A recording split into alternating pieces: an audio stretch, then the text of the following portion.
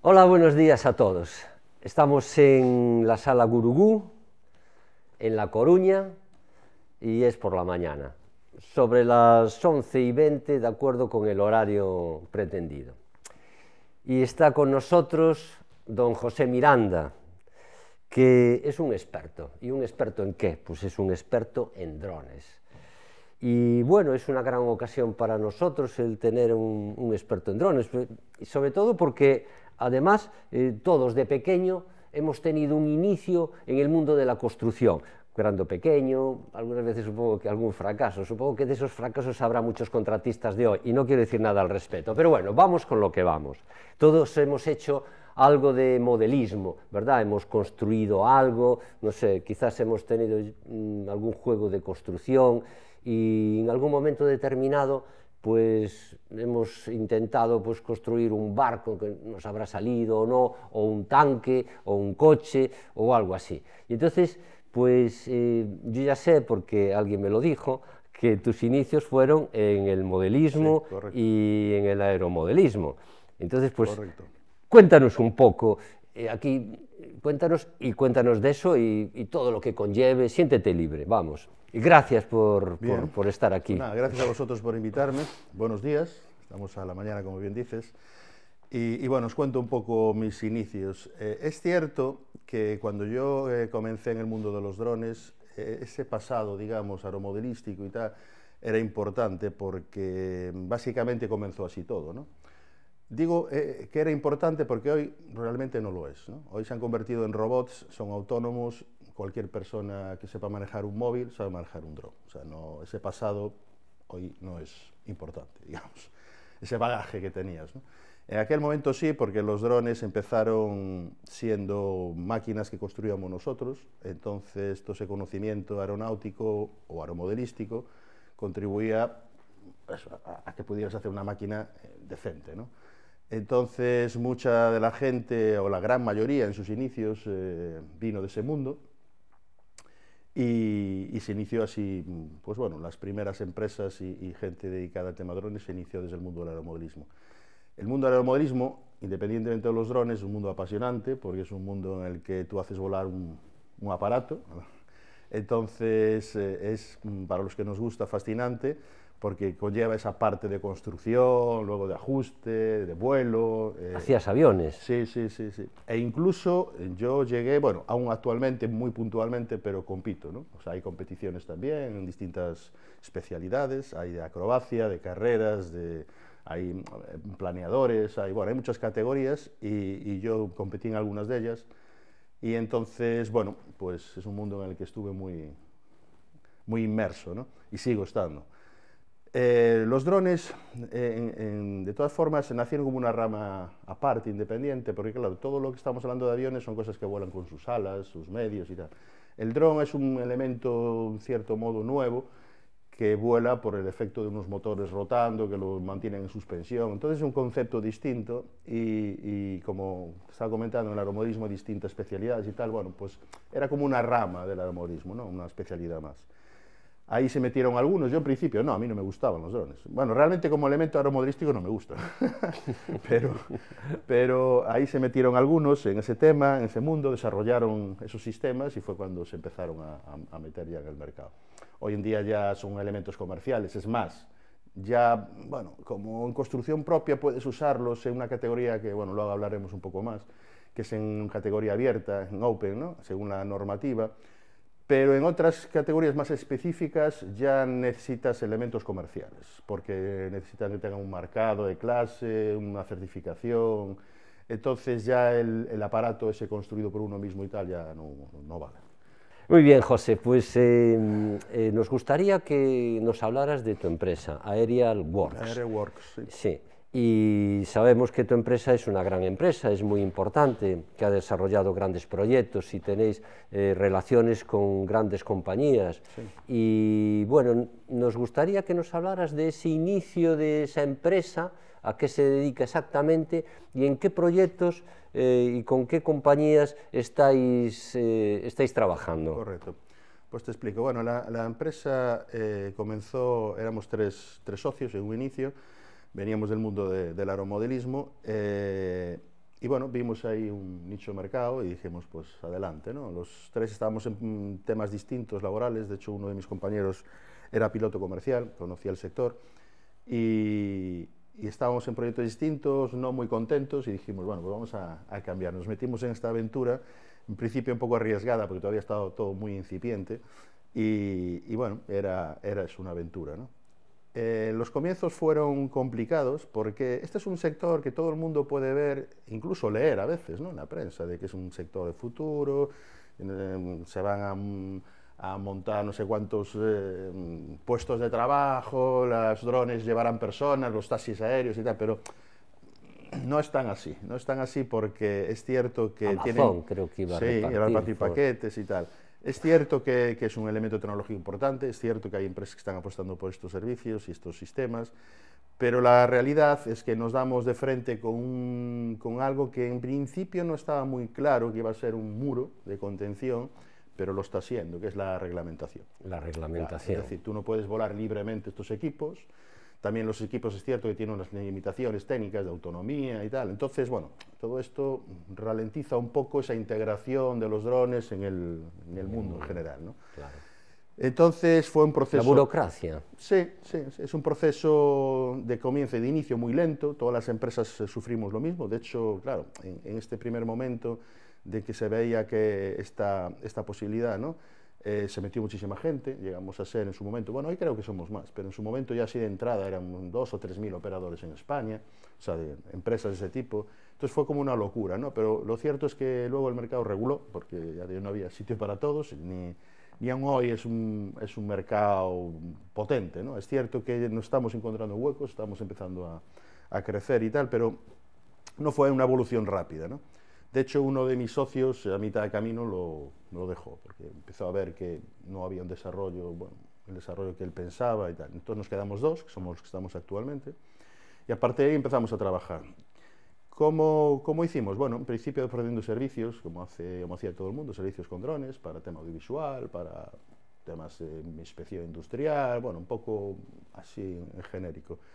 Pero bueno, lo que te estaba comentando, la regulación, las limitaciones técnicas de los equipos no hacían fácil ese camino, con lo cual las empresas, pues bueno, les era un poquitín complicado.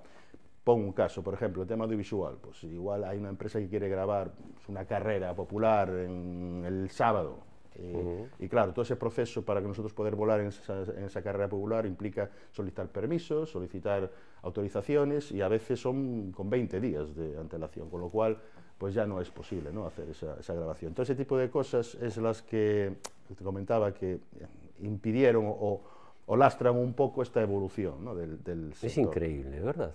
Sí, sí, es difícil de creer, pero al final... Y que lo tengamos además como asumido, incorporado, que la administración, en vez de actuar como algo que impulse, utilice su poder como un freno. Y aparte la propia lentitud de la administración. Además. Sí. Bueno, de hecho te puedo decir que actualmente, para solicitar una autorización específica, que luego os puedo decir un poco más a fondo lo que es esto, pues entras en una cola administrativa de 6 meses. O sea, ya tienes 6 meses que no puedes hacer nada, tienes que hacer en espera, ¿no? O sea, es una locura. Entonces eso es, ya te digo, como te comento, uno de los principales lastres del sector. Pero bueno, al margen de eso te vas adaptando, porque esto es adaptarse o morir, ¿no? Sí. Entonces te vas adaptando y bueno, vas haciendo cosas. En cuanto a proyectos, es cierto que las empresas en un principio eran reacias por todo este tema que te estoy comentando, pero bueno, ahora como hay un impulso desde Europa incluso, ¿no?, en financiaciones a proyectos de carácter tecnológico, hay muchas empresas grandes que están empezando, bueno, a hacer sus inversiones en este tema, incluso la propia administración, ¿no? Aquí en Galicia hay una administración, o sea, una parte de la administración que es la Agencia Galega de Innovación, el GAIN, que bueno, lleva unos años sacando licitaciones en este sector de drones para distintos temas forestales, de incendios, de vigilancia. Sí, vigilancia, hay muchas cosas abiertas. Incluso en un momento determinado salió un reparto de desfibriladores para el Camino de Santiago, ¿no? O sea, sí, no sé cómo quedó ese tema, pero sí, llegaron a sacar ese tipo de de trabajos. Y bueno, esa apuesta, digamos, por la administración y por las grandes empresas de ir un poco más allá, pues nos ha hecho generar unas sinergias, ¿no? Unas asociaciones con ellas. Y bueno, la verdad que ahora estamos haciendo cosas interesantes con empresas grandes ¿Qué empresas grandes? ¿Qué cosas interesantes? Bueno, pues mira, por ejemplo, por ponerte un caso así que me viene a la cabeza, el tema de vigilancia. Hay empresas de seguridad que tienen grandes instalaciones, una refinería, por ejemplo. Una refinería tiene un perímetro muy grande, o una fábrica de automóviles tiene un perímetro muy grande, y entonces generalmente las rondas se hacen ya no a pie, a veces en un coche, si es una zona de campo, pues en todoterreno, ¿no? Entonces, con el dron se optimiza ese trabajo porque se permite hacer la ronda con el equipo, una cámara que te hace todo el perímetro y te evita ese desplazamiento, ¿no? Entonces, por ejemplo, ahí nosotros estamos con algunas empresas que estamos empezando a hacer esos servicios. Bueno, las hacen ellos, nosotros les damos formación, generamos documentación, les hacemos... Porque realmente ahora, que es un poco... no te conté hasta ahora, nosotros empezamos haciendo lo que era operación pura y dura con drones, de grabar y todo esto. Y claro, nos hemos especializado un poco más en el tema. Claro, entonces nosotros ahora damos más lo que es un soporte de formación, enseñamos a la gente a trabajar, a las empresas le damos esa primera formación de entrada para que ellas mismas puedan trabajar. Y un poco estamos más en eso. Y luego también en proyectos de investigación con empresas que quieren hacer, pues también estamos con otra grande, una eléctrica, que quería hacer una demo para que ellos ver un poco el alcance, ¿no? de ese sistema, una demo de inspección de líneas eléctricas en alta montaña, ¿no? Porque es cierto que en las montañas, donde llega el invierno, nieva, y acceder a las líneas eléctricas es complicado. Entonces, con un dron pues, se podría acceder, ¿no? Entonces, ese tipo de proyectos también los vamos, digamos, pilotando nosotros, sí, y ahí un poco estamos donde está en este momento nuestro fuerte, ¿no? en la empresa. O sea, en lo que es a un nivel de formación, habéis derivado a una formación. Sí, formación, implantación de servicio, suministro de material, mantenimiento, y en el caso de los proyectos de investigación, pues apoyar esa investigación con nuestros propios conocimientos. Una investigación, pero por ejemplo, ¿en qué sentido? ¿Cómo? Pues mira, por ejemplo, en este caso concreto, aunque te puedo relatar más, en este caso concreto era un dron que sale de un hangar, digamos. Eso es un supuesto de que estuviese ya en funcionamiento el equipo, pues sale una incidencia en la montaña, entonces hay un centro de coordinaciones, como hay en otros sectores, central, digamos, Madrid. Entonces activa un hangar automático que está en una estación próxima a la incidencia, entonces ese hangar se abriría, saldría un dron, iría a hacer la revisión, donde desde el centro de control verían los datos visuales de lo que está pasando y podrían hacer un informe. Ese dron regresaría a su hangar y se cerraría y se acabaría el vuelo. Eso es un poco, era la idea de este proyecto en concreto, ¿no? Entonces eso es un gran avance porque te evitas una cantidad equipos, helicópteros o lo que... Claro, es cierto que luego para hacer el trabajo en sí, reparar la avería, pues tendrían que ir, pero por lo menos ya tienen muy localizado el sitio y el tipo de avería. Eso llegaremos, ¿verdad? A que el dron especializado vaya al lugar a arreglar. Sí, bueno, llegaremos... Imagino allí la avería eléctrica en uno de esos... Bueno, lo de arreglarla ya es más complejo, lo de identificarla sí, de hecho ya se está haciendo. Yo está hablando que era un proyecto concreto en montaña porque es una zona muy difícil de acceso, claro. De hecho encontramos también sus limitaciones, sus problemas, por eso era un poco la idea del proyecto, ¿no? Era encontrarse con esa problemática para ver qué posibilidades tenía. Yeah. Pero es cierto que en infraestructuras lineales, es decir, en Castilla, como dice el refrán, anchas Castilla y tal, ahí ya se puede hacer, o sea, no es ningún problema, porque ahí no hay problema de comunicaciones, las líneas de radio, que es como se comunican estos equipos, están limpias, de obstáculos, ¿no? Es decir, es bastante fácil. Y ese, en el supuesto que contabas, en que surge la incidencia en la montaña y desde una central se abre el hangar, y el manejo del dron hasta que llega al lugar de la supuesta avería o donde hay que hacer la inspección visual, bien, sí. ¿Cómo se hace? ¿Qué es? ¿Manual? Ese es otro tema, te explico. Por eso comentaba al principio, cuando hablábamos de mis inicios en el automovilismo, que eso, cuando el dron era manual, era importante venir de ese mundo, el aeromodelismo, porque para pilotarlo y tal. Pero actualmente son robots. Esto, un robot, o sea, un dron de estos no deja de ser muy similar a una Rumba, de estas que te limpia la casa. Sí. Entonces, claro, lo que haces es que tú le programas una ruta y él hace forma automática, sí, sí. Eso no hace nada.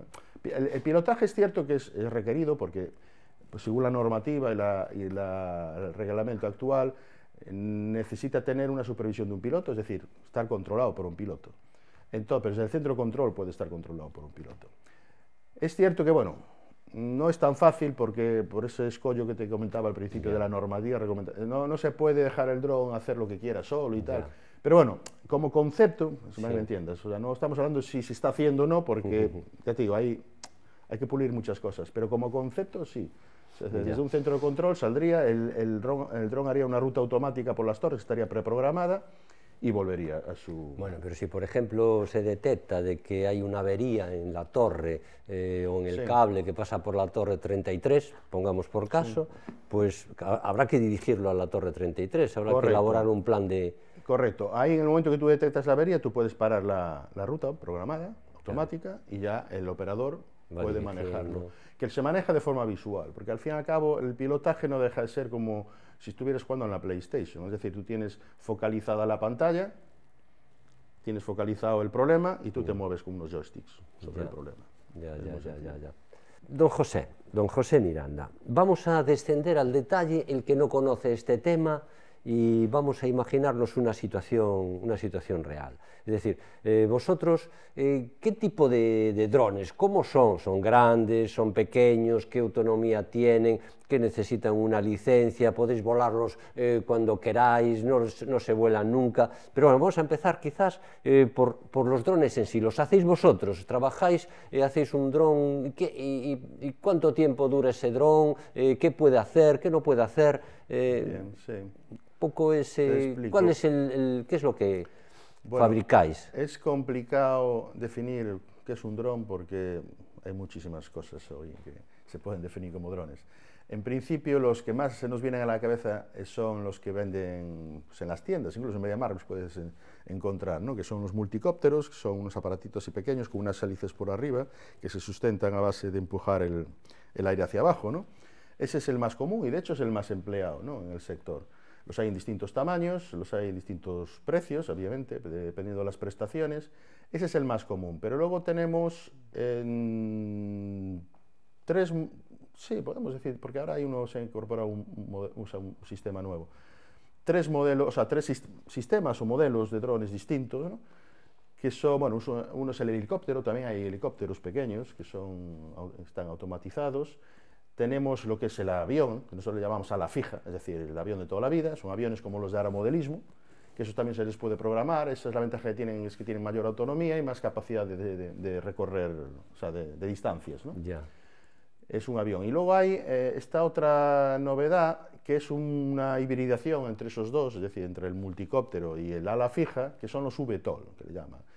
VTOL viene por el tema de vertical take-off, es decir, de despegue vertical, que es un avión convencional, lo que pasa es que despega con un sistema como el del multicóptero, con unas hélices hacia arriba, y una vez está en altura, arranca y se mueve como un ala fija. Se mueve como un ala fija. Esa es la ventaja que tiene, es que no necesita pista para despegar y aterrizar, que es uno de los inconvenientes que tiene el ala fija. Por eso es más utilizado el dron multicóptero, porque es estático, es decir, lo levantas en cualquier sitio, se para, toma una serie de imágenes y tal. Lo que pasa es que los drones multicóptero, como van sustentados por un motor, por una planta motriz de 4 motores, 6, 8, los que sea, consumen mucha energía, ¿no? Generalmente eléctrica, no los hay de pistón, bueno, por un tema que no vamos a entrar, que es tecnológico puro y duro, que es por el control de las revoluciones de las hélices, que tienen que ser muy precisas, y entonces los motores eléctricos los controlan de forma muy precisa, ¿no? Entonces, los multicópteros son muy versátiles, te aterrizan y te despegan en cualquier sitio. El ala fija no es un avión, necesita despegar de una pista, digamos, no muy grande, pero bueno, igual necesitamos 100 metros de extensión para despegar y tal. Entonces, los VTOL un poco evitan o suplen ese problema de la pista con el despegue vertical. Entonces, ahora hay una apuesta importante en las empresas para temas de vigilancia de incendios y tal, o sea, de grandes extensiones, grandes recorridos con nuestros VTOL, porque no requieren eso, ya una pista de despegue y aterrizaje, y ahí pueden hacer grandes distancias y grandes velocidades. ¿Y qué autonomía puede tener un VTOL? ¿Qué autonomía puede tener un ala fija? Mira, ¿Y qué autonomía puede tener el clásico, sí, el todo habitual? depende de la planta motriz, es decir, de la motorización que lleve, ¿no? Los eléctricos, el problema es que, bueno, pasa también en la automoción, ¿no? Todos sabemos que si te compras un coche eléctrico tienes dudas de si llegarás a Madrid o si cuántas paradas tendrás que hacer por el camino, ¿no? El tema de la motorización eléctrica o los equipos eléctricos son las baterías, todavía no están bien desarrolladas. Es cierto que han dado un salto de gigante importante, pero también es cierto que desde hace, no te exagero, igual 10 o 15 años no ha evolucionado mucho. Es decir, no, las baterías, mira, yo hace 15 años en un dron tenía 20 minutos de autonomía, 25, 15 años después tengo 40 como mucho, o sea, no es un gran avance. No es un gran avance. Entonces, ese es uno de los problemas que tienen sobre todo los multicópteros, todo el equipamiento eléctrico, que es el problema de la batería. En el caso de la ala fija y de los VTOL, se utilizan motores como en aeromodelismo, motores de pistón, de gasolina. Entonces, claro, ahí esos motores dan un mejor rendimiento en cuanto a... Porque al llevar combustible, tú si lo puedes cargar, es decir, si el avión es capaz de desplazar ese peso en combustible, pues eso va tirando de la gasolina de lo que dure, ¿no? Autonomías, actualmente, pues hasta 8 horas pueden llevar de... 8 horas. Sí, 8 horas. Hablamos del híbrido, del VTOL. En la versión o sea, cuando va con motor de combustión, digamos, ¿no? Ya. Entonces eso sí que es un práctico, porque 8 horas de autonomía, si vas a hacer una vigilancia de incendios, un monte, no sé qué, pues sí, pues 8 horas te da para mucho, sí. Está bastante, es un salto cualitativo y cuantitativo. Correcto. Nosotros, por ejemplo, en este momento, es uno de los proyectos, o sea, en los que estamos actualmente, es precisamente con este tipo de sistemas. Nosotros nos ha salido... hemos conseguido, a través de una UTE, en la que hemos formado una empresa irlandesa y nosotros, hemos conseguido una licitación en Fuerteventura con un equipo de estos, de VTOL. Una licitación, digo, un contrato público, que el objetivo es ver la posibilidad desde Fuerteventura, y digo Fuerteventura porque allí se ha hecho, también se ha invertido desde el sector público, y se ha hecho un estratopuerto, que es, bueno, una especie de aeropuerto de drones. Le llaman estratopuerto porque los drones que en principio estaban planteados, o están planteados basar en este aeropuerto, son drones que van a hacer, que eso no hemos hablado, pero también podemos entrar en el tema. Son drones que van a hacer de pseudosatélites. Es decir, sí, son drones que, bueno, son drones, ya no estamos hablando de lo pequeño, ya son casi aviones, ¿no? ¿Qué tamaño tiene, por ejemplo, este que tiene esa autonomía de 8 kilómetros, el pues VTOL? Esos son una envergadura de unos 4 metros. 4 metros. Sí. ¿Y qué peso aguanta? Es decir, bueno, ese ¿conmigo puede conmigo? No, ese concretamente son... No, pero los hay que ser. Pero podrá. Ese concretamente es de 60 kilos. 60 kilos. Sí, son 60 kilos, 4 metros y una autonomía de 8 horas. Pero los hay, de hecho, este que te iba a comentar, que se quiere utilizar, bueno, entre otros, ¿no? Pero de pseudosatélite, eso era un avión. De hecho, el prototipo dio la vuelta al mundo, fue patrocinado por Google o por alguien de este tipo. Dio la vuelta al mundo utilizando energía solar, es decir, era como un planeador que iba a una cierta altura, alimentándose unos motores eléctricos de muy alto rendimiento y con placas solares iba alimentando, ¿no? esos motores, y creo que llegó a dar la vuelta al mundo. Entonces, ese prototipo ahora... Ahí arriba no hay nubes, claro. Claro, ese prototipo ahora lo quieren dronificar, ¿no? Y entonces lo van a enviar a una altura, no sé exactamente cuál, pero a la estratosfera. Ahí se va a quedar como pivotando meses incluso, a base de alimentación solar. Claro. Y entonces llevará unos repetidores de radiofrecuencia que harán la función de satélite. La ventaja es que al estar a menor altura que un satélite, la transmisión de datos, o sea, los paquetes de datos pueden ser mayores, es decir, se aumenta eso, el famoso del 5G, todas estas cosas que cada vez se va a aumentar, pues eso ayuda a que los datos sean más fluidos y a más velocidad. Entonces eso es una apuesta que se está haciendo a nivel internacional, cada un país y cada están trabajando en eso. También puede ser a base de globos estáticos, tipo dirigibles, también que se meten en esa capa de la atmósfera y están haciendo como de repetidores. Entonces estarían unos meses ahí dando vueltas, bajarían para mantenimiento en estos estratopuertos. ¿Y un estratopuerto que es un aeropuerto pues para drones, básicamente? Pero muy un poco grande. un poco más pequeño, porque los drones tienen una capacidad de aterrizaje, como te comentaba, mucho más limitado. No, en este caso el de esos es más de 100 metros, no son 800 o 1000 metros. No, de hecho era un antiguo aeropuerto. El primer aeropuerto de Fuerteventura estaba allí. Ahora hay otro que no sé cómo se llama, pero el primer que era de los famosos estos que se veían en la época también de la República o de la Guerra Civil, ¿no? Los Junkers estos de trimotores y tal, que aterrizaban allí. Pues ya era un aeródromo en aquella zona, ¿no? Y bueno, en ese espacio concreto se va a meter este tipo de drones también, ¿no? Pero bueno, eso es una cosa muy específica, muy concreta y que está todavía en experimentación. Bueno, es un mundo, por lo que veo, que las aplicaciones son infinitas. A mí ahora se me ocurre, un poco a lo mejor, espionaje, ¿no? Espionaje industrial. De hecho, sí, es que también tenemos que separar lo que es la parte civil, que es la que estamos hablando ahora, de la parte militar. La parte militar está igual de desarrollado o más. Y ahí sí, ya hace tiempo que los americanos tienen ese famoso el Predator, que es un avión que muchos conocerán porque se ven en las noticias y tal, cuando en la guerra de Afganistán o por ahí, que están incluso bombardeando. Y eso también lo hacen militares desde contenedores en no sé dónde, en una ciudad americana y tal, en un centro de control, y el dron está volando en Afganistán. Sí, bueno, lo que es la motivación humana para evolucionar técnicamente a través de la guerra, a través de las disputas, es increíble, es increíble. Porque, bueno, la verdad es que... Pero bueno, vamos a ver, yo, bueno, a mí me tranquiliza una cosa que dices, que hoy en día un dron es fácil de manejar, ¿no?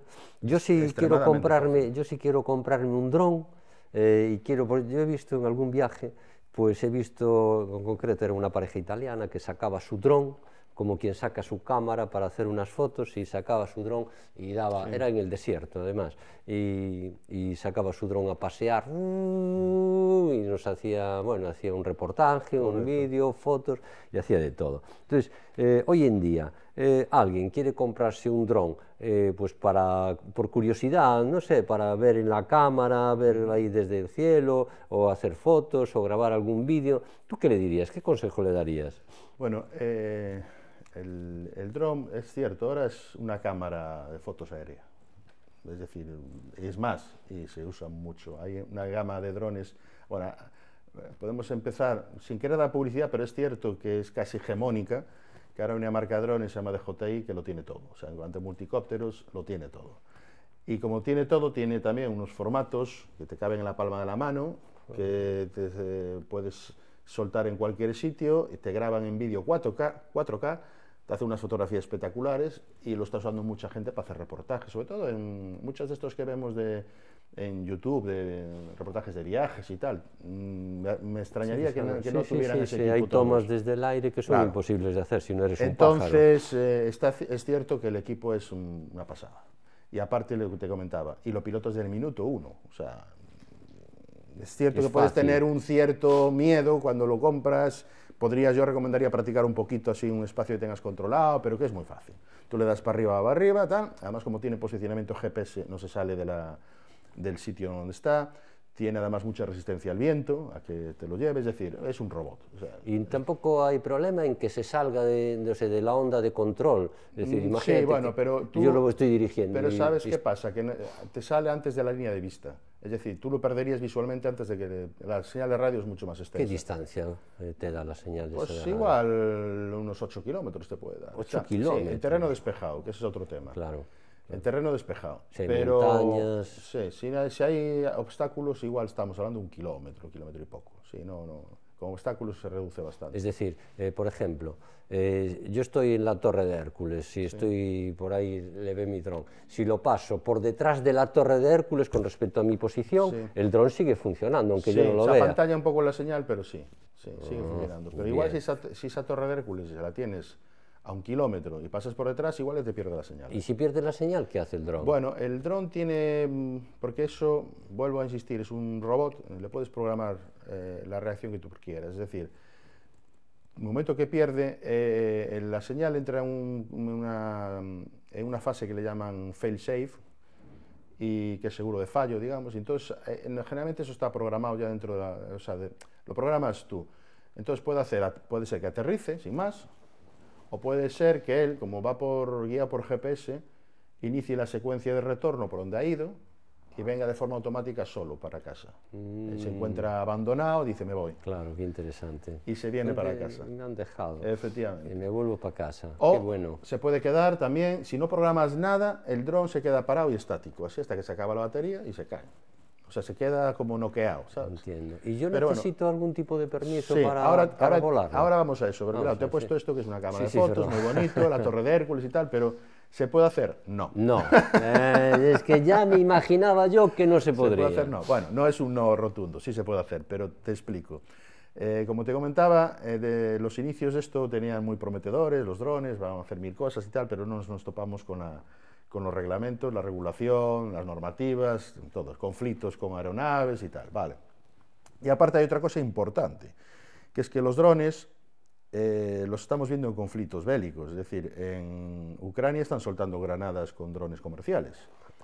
Entonces, ¿qué pasa? Que la sociedad lo está empezando a ver como, bueno, es la paranoia que tenemos en general con muchas cosas. Tú cuando vas al aeropuerto, para pasar los filtros, casi te desnudan, es decir, hay una psicosis con la seguridad. Entonces, como es un negocio también. También, como hay una psicosis con la seguridad, estos lo contemplan como un arma, es decir, es casi como si tuvieras un rifle.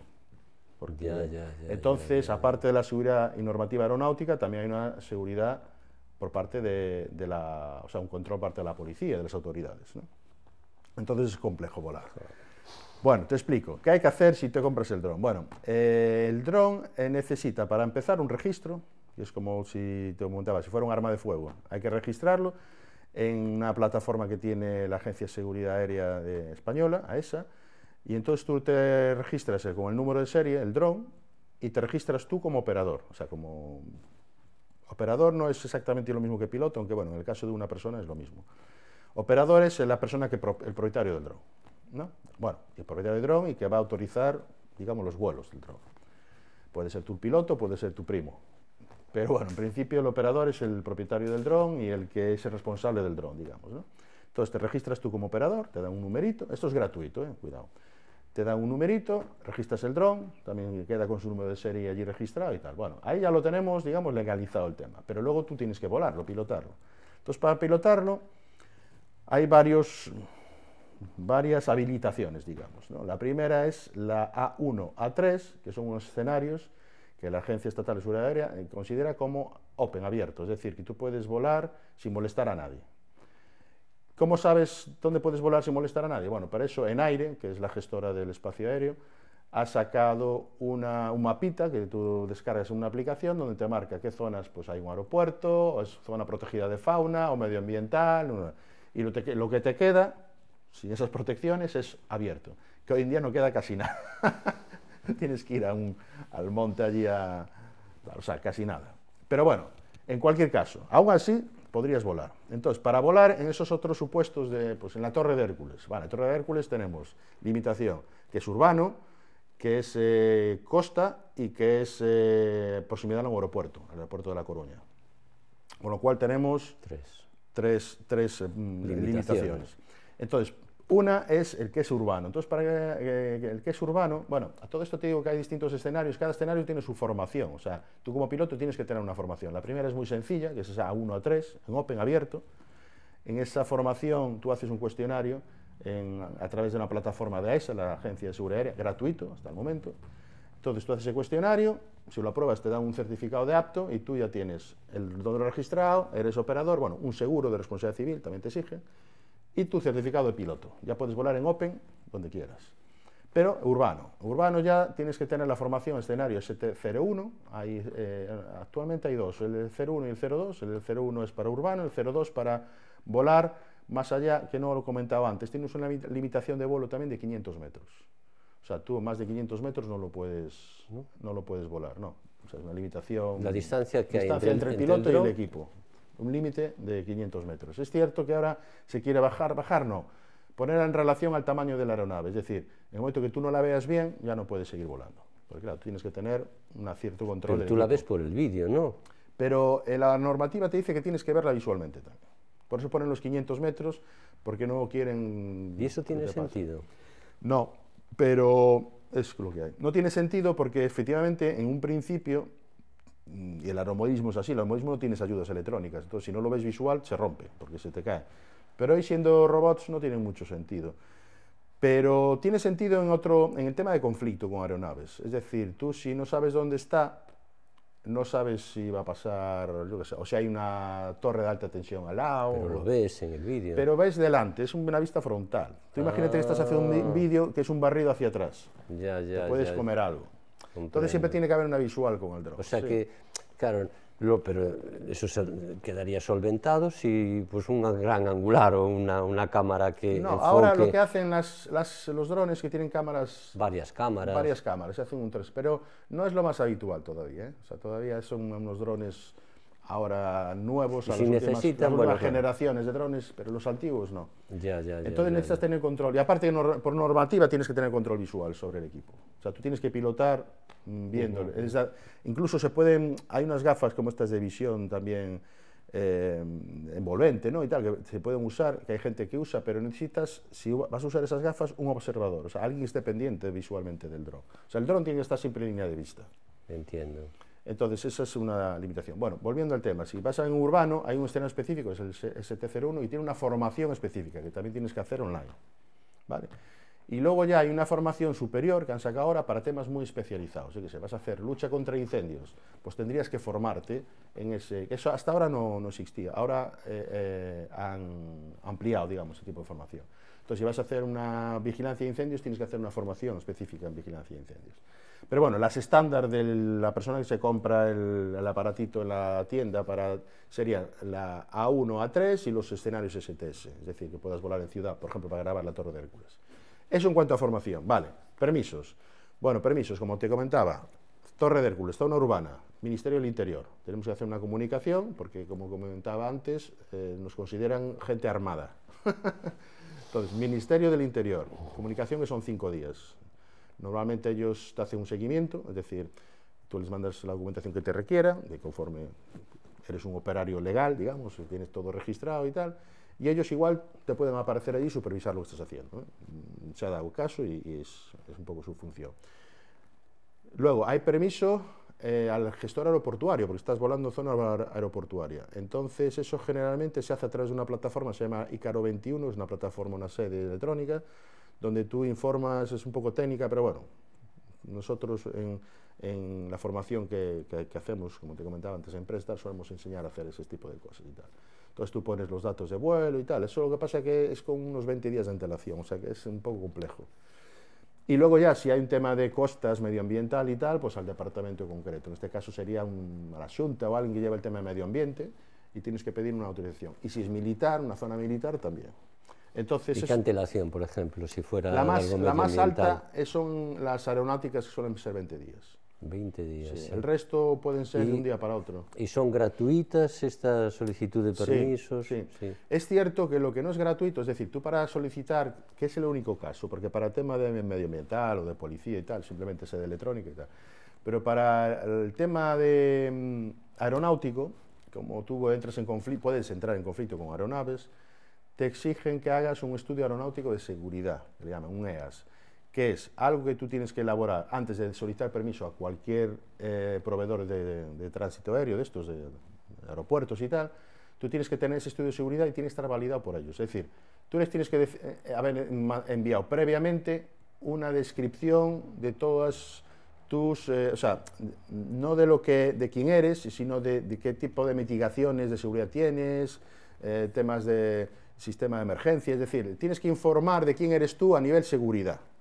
Entonces es un formulario en donde tú explicas todo eso, ellos lo tienen que visar y validar, y una vez te validan, te meten como una base de datos, que tú cuando solicitas un permiso ya saben que tú eres un tío seguro. Entonces, algunos gestores, por hacer ese trámite, los estudios de seguridad sí están cobrando. Ya, Te cobran 100 o 200 euros. ya. Entonces, pero eso solo lo haces una vez. Una vez ya estás en su banco de datos, de como persona segura, ya puedes solicitar y te dan esas autorizaciones.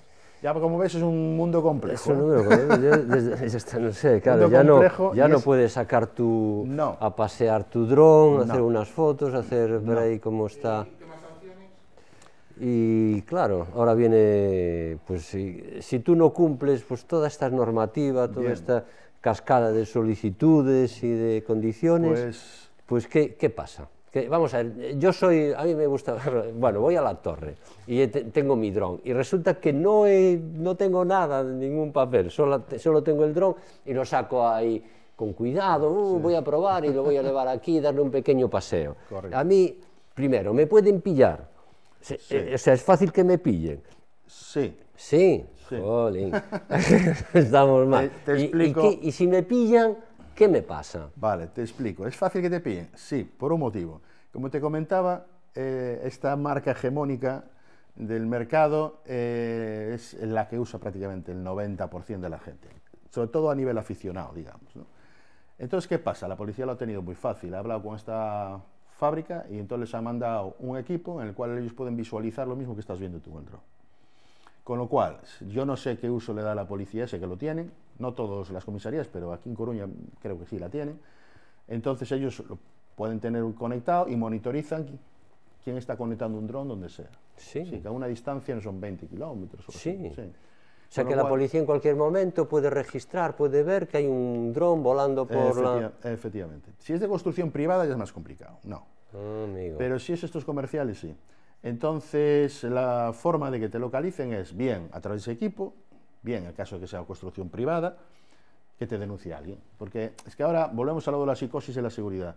La gente tiene la sensación de que a quien vigilan es a él siempre, ¿no? Entonces se están dando muchos casos de que hay gente que ve un dron y seguro que me está haciendo fotos y algo raro hay, y entonces llama a la policía, ¿no? Entonces también te pueden localizar así. Claro. Vale, ¿qué pasa? Bueno, es cierto que si establecemos un porcentaje, que yo no lo tengo, claro, pero podría aproximar, posiblemente el 80% no pasa nada. Es decir, tú sacas un dron ahí y aunque te estén viendo por el maquinillo, entre que van, movilizan a alguien y tal, tú ya has hecho la foto, has bajado y te has ido, ¿no? Entonces, ahí es complicado que te cojan. Pero saben bueno, sí, que ha sido ese dron, que... Bueno, ahora que puede ser más sencillo eso sí, porque ahora sí es obligatorio que el dron lleva un sistema de identificación remoto, es decir, que envíe número de serie, ahora sí. Hasta ahora no, hasta ahora podían ver que había algo activado, pero no sabían quién era. No sabían Claro. de quién. Amigo. Sí, ahora ya es obligatorio el sistema de identificación remoto. Entonces, ¿qué pasa? Que tú estás volando y tal, bueno, es cierto lo que te comentaba, que muchas veces yo tengo visto incluso en un restaurante, un tío que está en la mesa, saca el dron para hacer una foto en la mesa, baja y tal, y no ha venido nadie a denunciarlo. Es decir, pues te digo que el 80% posiblemente pase tal. Pero sí es cierto que te pueden pasar, o sea, pillar. ¿Qué pasa? Bueno, hay dos tratamientos, digamos, a esa persona. Es el tratamiento, uno, el profesional, porque claro, yo si soy profesional, yo soy como un piloto y eso es como un avión.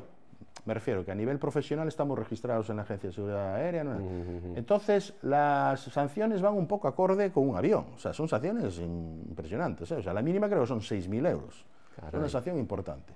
Claro, el que no está registrado en ESA, es decir, el pirata de que compra y no hace nada y tal, eso ya entra dentro de lo que es seguridad ciudadana, es como el que compra un rifle sin declarar, ¿no? Entonces ahí ya se encarga la policía. Entonces la policía te pillaría, como tú no tienes nada registrado tal, la Agencia de Seguridad Aérea ahí en principio no se mete, y entonces te requisan el dron y te meten, yo hasta ahora lo que he escuchado son unos 600 euros de multa, que tampoco está mal, pero bueno, ya es una multa más tipo de tráfico, ¿no? Por imprudencia o por todo este tipo de cosas. Entonces sería un poco, hay dos tratamientos, ¿no? Uno es el particular que desconoce la normativa y otro es al profesional que se le crujen más. Claro, 10 veces más. Por lo menos, sí. 10 veces más. Qué interesante este mundo de los drones, claro, profesionalizado, amateur, hacer fotos, autonomía, tamaño. Y vamos a ver, ¿cuánto cuesta hacer un dron híbrido? Bueno, como como hablábamos al principio en cuanto al tipo de drones, cada dron efectivamente tiene su complejidad y tal. Entonces, es muy complicado porque, te explico, un dron puede venir equipado con una cámara. Esos drones compramos en las tiendas, puedes comprarlo por 800 euros, 900 euros. Puede ser una cámara profesional para uso audiovisual, para una productora y tal. Claro. Estamos hablando ya de igual 15, 30.000 euros, porque no tanto depende del dron, sino el equipamiento que lleve, la cámara. Claro, si llevamos una cámara de cine, que la cámara vale 100.000 euros, pues son 100.000 más los 15 del dron, 115.000 euros. Claro. Si aparte de eso llevamos un LiDAR, que un LiDAR es un láser escáner, pues para hacer, yo qué sé, un mapeo del terreno y tal, esos LiDARs, bueno, ahora han bajado mucho, los hay muy económicos, pero hasta hace poco eran 200.000 euros. Entonces todo va en función del equipamiento que lleve el equipo. Podemos hablar de... Y para que sea, claro. Claro, por ejemplo, lo que hablábamos del militar, el Predator, ese creo que vale, no sé, millones de dólares, ¿no? O sea, estamos hablando de mucho dinero. Todo depende del equipamiento que tú le pongas. Va más en función del equipamiento que del propio equipo. Vamos a ver, militares, seguridad, drones. ¿Qué sabemos a qué nivel de investigación se ha llegado? Aparte, bueno, tú has mencionado antes, que se puede alimentar, que va a la estratosfera, se alimenta con energía solar, pero bueno, ¿qué usos? Has comentado también esos drones en Ucrania, que están, bueno, desde donde sueltan bombas, ¿no? Sí. Claro. ¿Y qué más usos hay en el sentido militar, en el sentido de seguridad para los drones? Bueno, ¿y qué avances hay? Sí, ¿qué avances? En principio, yo hablaría o metería aquí una cuña de lo que es la burbuja tecnológica, ¿no? En principio, cuando nosotros escuchemos algo sobre el dron, debemos reducir siempre a la mitad. Es decir, si vemos que nos dicen, no, es que Amazon está repartiendo paquetes, está repartiendo algún paquete. Es que hay un dron que, no sé, que te espía a 200 kilómetros, bueno, igual a 3 kilómetros, me refiero. Que hay una burbuja tecnológica basada precisamente en estas inyecciones de capital que están haciendo en el sector público, no sé qué.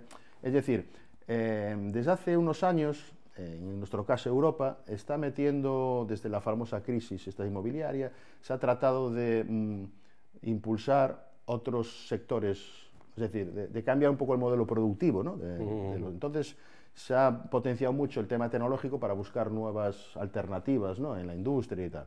Entonces, como se ha invertido y se ha estado metiendo mucho dinero, es cierto que la gente lo que ha aprendido es hacer proyectos muy espectaculares y tal, para llegar a recibir ese tal. Entonces, la gente vende sus proyectos como algo que ya es posible. Yeah. ¿Para qué? Recibe su dinero, hace la investigación y luego es posible o no, pues igual no es tan posible, ¿no? Entonces, lo que llega a la prensa es eso, ¿no? Está pues, apagando tal, enjambres de drones que hacen no sé qué, tal. Pero bueno, es cierto que son proyectos que hay que posiblemente no van a ningún lado. Entonces, esto implica de que nosotros asociemos los drones casi a cualquier cosa. Y bueno, es algo menos. Pero sí es cierto que tiene mucha capacidad en labores de vigilancia, que tiene mucha capacidad en muchas cosas. Sí, la verdad es que este mundo de los drones es un mundo interesante, en plena evolución, increíble. Yo supongo que vosotros a nivel de empresa tenéis que estar continuamente a la última, y vamos a acabar ya con esto. ¿Vosotros dedicáis a la investigación, a estar punteros, a estar ahí delante, enfrente? Bueno, sí, te explico un poco cómo trabajamos en general todas las empresas. El problema de estos equipos es que, como estabas comentando, van evolucionando muy rápido. Entonces, mismo, te voy a poner un ejemplo muy reciente que nos ha pasado. Nosotros damos formación de drones y tenemos un equipo para la formación. Bueno, pues ese equipo nos ha quedado obsoleto. ¿Por qué? Porque la normativa ha avanzado en el tema de seguridad y tal, y entonces, para los escenarios ST01, que son los urbanos, te comentaba yo que hay que pedir permisos y tal, pues necesitan tener los equipos un sistema de mitigación de energía de impacto, que le llaman, es decir, para que nos den un paracaídas, por si se falla y tal, y un sistema de corte de motor, es decir, que yo pueda cortar el motor para que ese motor, ese dron que va perdido, no dañe a nadie con las hélices, que corte el motor y tal. Entonces, esos sistemas ya los han puesto obligatorios. Por ejemplo, en mi caso, yo tengo un dron para formación que no tiene ese equipamiento, pues yo eso tengo que tirar, está nuevo, no tiene ni 2 años, y tengo que comprarme o comprar, porque en este caso tiene que estar homologado, un dron con esos sistemas para poder dar formación. Entonces, no está pasando constantemente. un cliente que le estás haciendo un trabajo de inspección con una cámara X de 20 aumentos, para que vea los tornillos de una torre, ya no le vale, porque le han dicho que hay uno de 40 aumentos y él quiere ver el óxido del tornillo también. Entonces ya tienes que jubilar, son equipos que pueden, eso seguir por ejemplo, de inspección, son equipos de 15, 20.000, 30.000 euros, que igual te hacen una temporada o dos, o sea, años estoy hablando, y tienes que jubilarlos. O sea que sí hay una inversión no lo puedes aprovechar, constante. las piezas. No, hay una inversión constante en esto y eso también repercute en el precio del servicio. Muchas veces nos han comentado, es que el servicio que hacéis es un servicio caro porque cobráis mucho por la hora, pero claro, es que hay que hacer una amortización de equipos que enseguida se vuelven obsoletos. Sí. Bueno, pues darte las gracias por toda esta sabiduría, don José Miranda, y desearte, claro, que Aerial Works pues domine los cielos del mundo entero en un futuro no muy lejano. Bueno, esperemos mantener la empresa en constante evolución, por lo menos hasta que yo me jubile, que ya no me queda bueno. mucho. Y Muchas luego que la gracias. continúen otros. Muchas gracias. Pues muchas gracias. Venga. Por todo. A ti.